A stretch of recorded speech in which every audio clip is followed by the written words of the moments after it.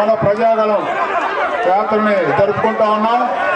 దీనికి ఎమ్మెల్యే అభ్యర్థి కన్నా లక్ష్మణ్ గారు, అట్లానే నరసరావుపేట పార్లమెంటు ముఖ్య ఉద్దేశం ఏంటంటే మన గ్రామంలో వివిధ సామాజిక వర్గాలు అందరూ ఉన్నాం కాబట్టి తెలుగుదేశం పార్టీ తెలుగుదేశం ప్రభుత్వ హయాంలో అభివృద్ధి సంక్షేమం ఏ విధంగా జరిగింది, ఈ దుర్మార్గమైన వైఎస్ఆర్సీపీ ప్రభుత్వం వచ్చిన తర్వాత అభివృద్ధి సంక్షేమం ఏ విధంగా కుంటుపడిందో ఈ గ్రామంలో ఉన్నటువంటి ప్రజలందరూ కూడా కులాలకి మతాలకి వర్గాలకి పార్టీలకి అతీతంగా భావితరాల భవిష్యత్తుకి అనుగుణంగా తెలుగుదేశం ప్రభుత్వం ఏర్పడే విధంగా కృషి చేయాల్సిన బాధ్యత మనందరిపై ఉందని కూడా తెలియజేస్తున్నాను.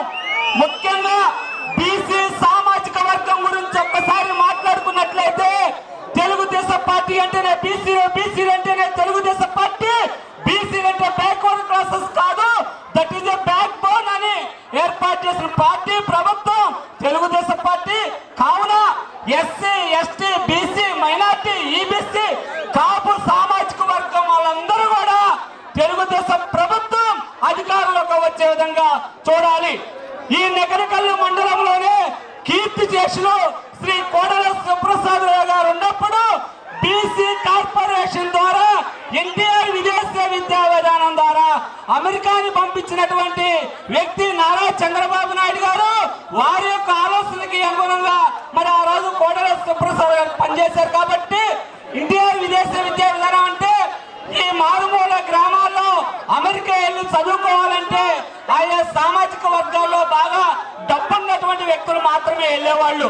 కానీ తెలుగుదేశం ప్రభుత్వం తెలుగుదేశం పార్టీ హయాంలో 10 లక్షల రూపాయల సబ్సిడీతో SC ST BC minority EBC వివిధ సామాజిక వర్గాలందరూ కూడా ఇతర దేశాలు వెళ్ళి చదువుకునే అవకాశం కల్పించింది.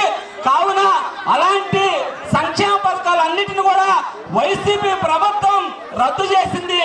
కావున మనం అందరం కూడా ఒకటే, తెలుగుదేశం పార్టీ తెలుగుదేశం ప్రభుత్వం ఆశయం ఒకటే, ఎస్సీ ఎస్టీ బీసీ వివిధ సామాజిక వర్గాలందరూ కూడా ఆర్థికంగా రాజకీయంగా సామాజికంగా ఈ సమాజంలో తగినటువంటి గుర్తింపు ఉండే విధంగా పనిచేసే పార్టీ ప్రభుత్వం తెలుగుదేశం పార్టీ తెలుగుదేశం ప్రభుత్వం అనే విషయాలు కూడా మన పరిగణలోకి తీసుకొని